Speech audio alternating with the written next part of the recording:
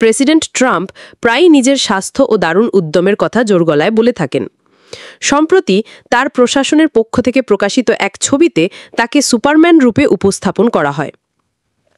ট্রাম্পের পূর্বসূরি Joe Biden, তিনি গত জানুয়ারিতে যখন ক্ষমতা ছাড়েন তখন তার বয়স ছিল ৮২ বছর।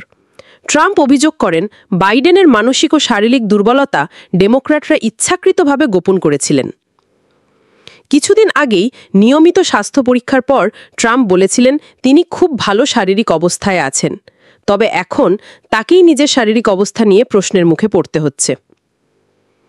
সম্প্রতি যুক্তরাষ্ট্রের নিউ জার্সিতে অনুষ্ঠিত ফিফা ক্লাব বিশ্বকাপের ফাইনালে ট্রাম্পের ফোলা থাকা গোড়ালি ও হাতের আঘাতের দাগ অনেকের নজরে আসে।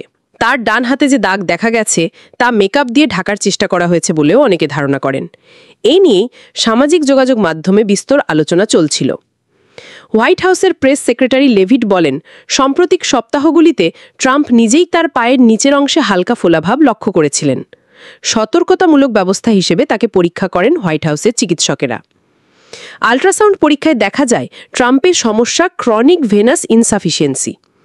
এটি বয়সজনিত একটি সাধারণ শিরাজনিত শারীরিক সমস্যা। বিশেষ করে ৭০ বছরের বেশি বয়সীদের মধ্যে এই সমস্যা দেখা যায়, যা সাধারণত বিপজ্জনক নয়। এই সমস্যায় পায়ের কিছু শিরা ক্ষতিগ্রস্ত হয়, ফলে রক্ত স্বাভাবিকভাবে প্রবাহিত হতে পারে না।